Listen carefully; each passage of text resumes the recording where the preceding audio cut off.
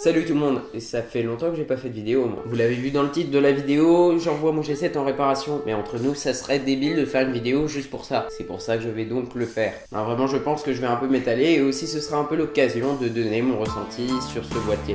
Et pourquoi pas même sur l'objectif 1442 qui m'a été fourni avec. Bon allez, je vous raconte l'histoire qui ne risque pas d'être très longue finalement, mais bon. En effet, il y a quelques temps, lorsque nous étions en train de tourner un court-métrage avec un certain Maël de chez Informatech, ma carte SD s'est littéralement désintégrée alors que je l'insérais dans mon boîtier. Bon, j'avoue que désintégrer c'est un mot un peu fort quand même. Mais en gros, un des bouts de plastique séparant les pins de la carte SD s'est cassé lors de l'insertion et résultat, le bout de plastique est resté bien au chaud dans ma caméra. Résultat, impossible de réinsérer ma carte SD dedans, ni même une autre carte SD d'ailleurs. Résultat, je maudis donc ce bout de plastique. Résultat, non là c'est conclusion. Très bien, conclusion, j'ai le choix entre trois options. Me jeter par la fenêtre, jeter mon boîtier par la fenêtre et aller chez boulanger par la fenêtre pour qu'on me répare mon appareil. Et vous vous doutez bien que j'ai choisi la première solution. Conclusion, acheter des cartes SD de qualité. Traduction, n'achetez pas vos cartes SD sur Wish.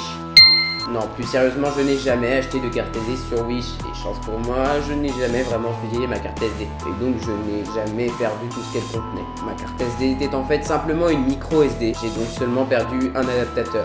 Et une caméra. Bref, grâce à ma super garantie de 2 ans qui a commencé précisément le 27 janvier 2018, je peux me faire réparer mon appareil. Point. Ce que j'ai réussi. Donc voilà, vous savez tout. Maintenant, parlons-en un peu de ce boîtier. Est-ce que je le trouve aussi bien que quand je venais de l'acheter? Oui. Y a-t-il des problèmes à souligner? Plus ou moins. Parlons point négatif. Avec tout d'abord ses faibles capacités en basse luminosité. Ouais, c'est pas terrible tout ça. Pour l'avoir comparé à un Canon 700D, je le trouve bien meilleur à 2 exceptions près. En effet, chez Canon, les optiques sont meilleures et surtout bien moins chères que chez Panasonic. Et pour ce qui est du deuxième problème, contrairement à chez Canon, j'ai l'impression qu'il y a du jeu dans mon écran rotatif. Dites-moi en commentaire si c'est normal, s'il vous plaît. C'est tout ce que je lui trouve comme point négatif à ce G7, sinon il est parfait pour l'utilisation que j'en ai. Quant à mon objectif 1442, je dois avouer que j'en suis un peu moins content, car il offre finalement peu de possibilités et n'est pas très lumineux, ce qui peut jouer en vue des caractéristiques de mon boîtier. Rien ne m'empêche néanmoins de le changer, même si ça n'est actuellement pas ma préoccupation. En effet, je compte m'acheter un drone, mais je pense devoir attendre mon anniversaire pour pouvoir m'offrir ce genre d'objet. Bon, je sais que j'aurai pas un budget foufou, mais j'hésite du coup entre le DJI